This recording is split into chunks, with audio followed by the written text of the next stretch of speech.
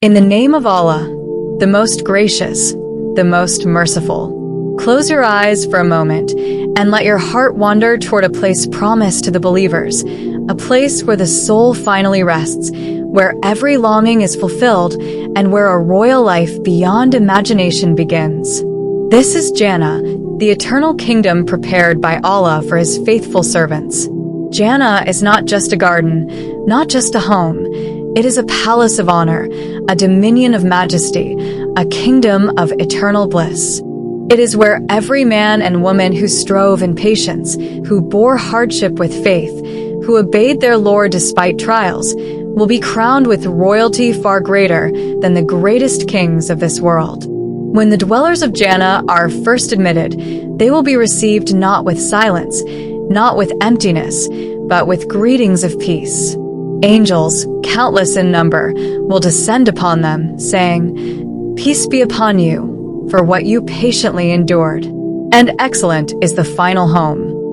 Imagine the grandeur of this moment, walking through gates taller than the mountains, wider than the horizons, doors made of pearls and rubies, opened only for you. You are no longer a traveler, no longer a stranger.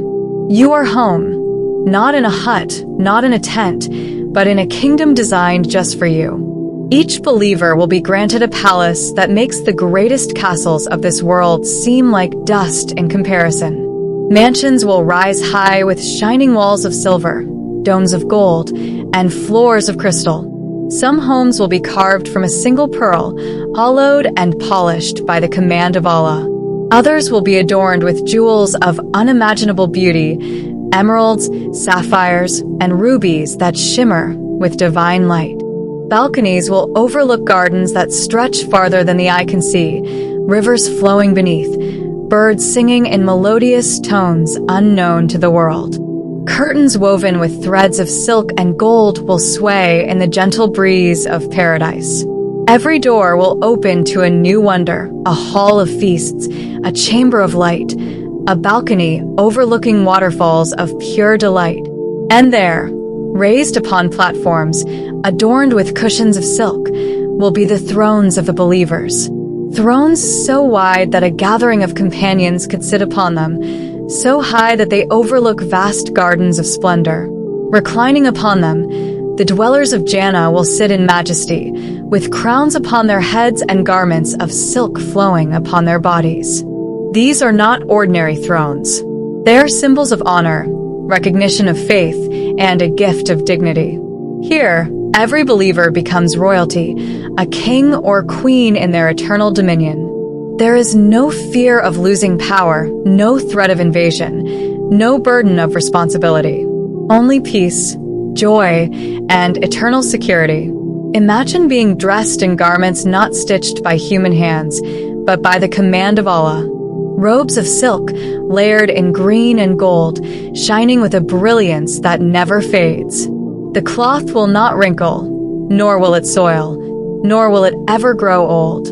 Jewelry will adorn the believers, bracelets of gold, pearls strung with perfection, crowns that glitter with eternal light. Their faces will shine brighter than the moon on the 14th night. Their beauty will never fade, their youth eternal, their fragrance sweeter than musk. Each person will be the most beautiful version of themselves, perfected, radiant, and royal. Royal life is incomplete without banquets, and in Jannah, the feasts are endless. Servants like scattered pearls will move gracefully, carrying goblets of silver and crystal, filled with drinks that flow like rivers. Water purer than snow, milk sweeter than honey, wine more delightful than any taste imagined, and honey clear as crystal. Tables will be spread with fruits of every kind, hanging low from the trees, ready to be plucked without effort. Imagine taking a bite of a fruit and tasting in it every flavor you ever loved, yet with each bite, a new taste appears. Roasted meats of birds, prepared exactly as you wish, will be served in abundance. The dwellers will eat, not from hunger, but from joy. They will drink, not to quench thirst, but to savor delight. And after every bite, there will be no impurity, no discomfort, only sweetness upon sweetness. Beyond the palaces lie the gardens, vast, lush, and eternal. Trees so tall their branches sway in skies unknown to this world. Shades so wide that a rider could travel for hundreds of years and not escape it. Rivers flow beneath, rivers of water, rivers of milk, rivers of wine, and rivers of honey, each pure, each abundant. Flowers never seen before will bloom, their fragrance carried across valleys of light. Birds of every color will sing, not in sorrow, but in harmony, filling the air with melodies that soothe the heart.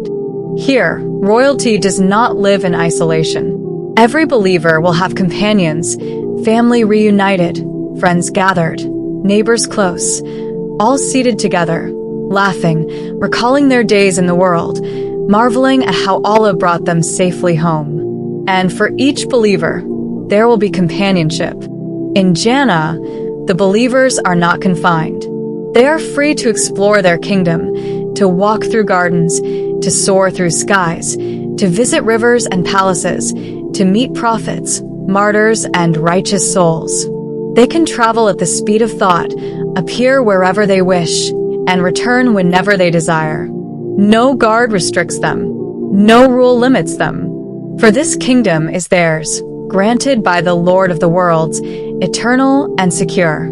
Husbands and wives reunited, perfected, their love deeper than any bond of the world. There will be no arguments, no jealousy, no pain, only eternal harmony and affection. Their eyes will shine with joy, their hearts filled with love that never ends. The Hoor al-Ayn, beings of breathtaking beauty, will be companions to those who enter paradise, radiant like pearls, pure and devoted, offering comfort, laughter, and companionship. But above all, above the palaces, the thrones, the garments, the feasts, there is a gift far greater, far more majestic. A gift that no king of this world has ever possessed. It is the vision of Allah, the Most High. On certain days in Jannah, the veil will be lifted, and the dwellers will gaze upon the face of their Lord. No pleasure, no blessing, no kingdom can equal this moment.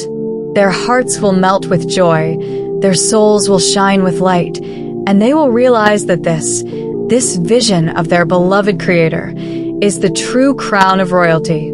This royal life has no end. There is no death, no illness, no aging. Time does not erode beauty, nor does fear disturb peace.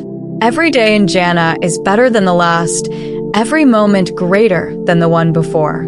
It is eternity, not of boredom, but of constant renewal. Every sight is new, every sound delightful, every taste fresh, every joy deeper.